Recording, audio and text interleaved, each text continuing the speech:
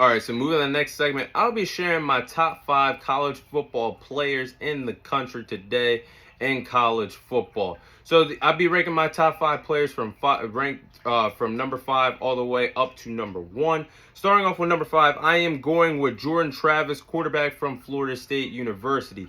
Jordan Travis has the potential to be one of the best quarterbacks heading into the 2024 NFL Draft. He is a senior from Florida State, and I do believe he has the ability to be a first-round pick in next year's 2024 NFL Draft. He had a good junior season last year for Florida State. He had 3,600 passing yards. He had 32 passing touchdowns, had a QBR of 85.8. That was the 7th best QBR in the country amongst Division I quarterbacks in college football last year. And this weekend, I was so proud of his performance that he had against LSU on Sunday, having 342 passing yards, 4 passing touchdowns, a QBR of 94.7. Now, the only thing that I did have to complain about his performance on Sunday was that interception he had against LSU, that one interception that he threw across his body. He was getting, the pocket was collapsing, had a lot of defenders in his face, and just made an awkward throw, threw the ball across his body, had an awkward interception.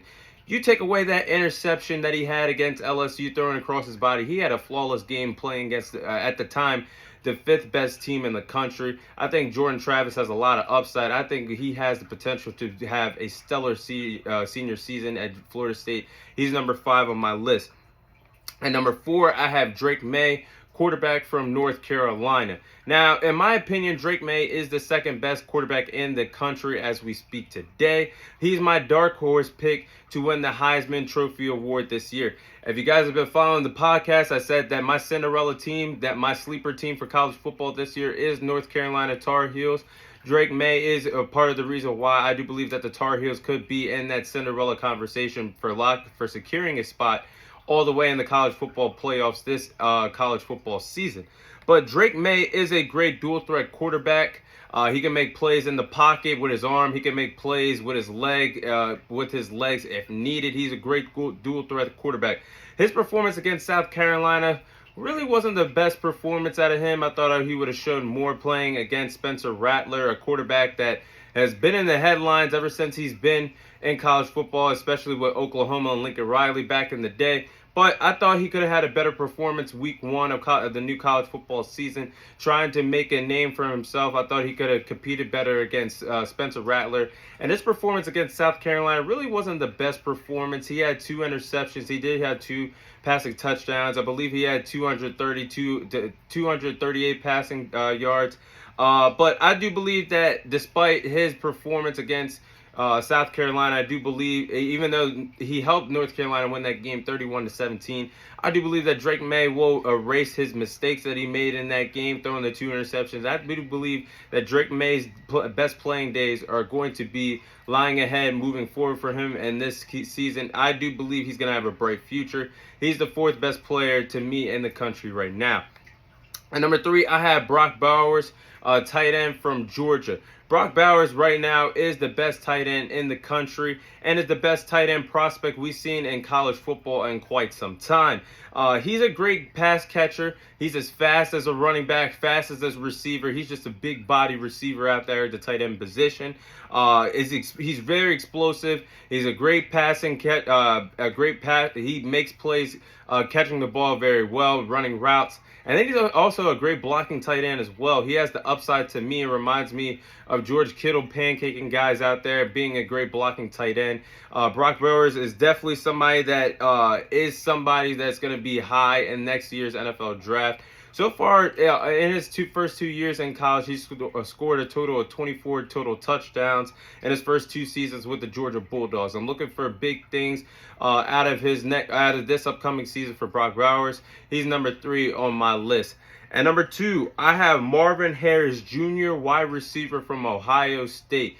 This man, Marvin Harrison Jr., is hands down the best wide receiver in the country. He's been the best wide receiver in the country for the last 2 seasons in college football. He was named an All-American.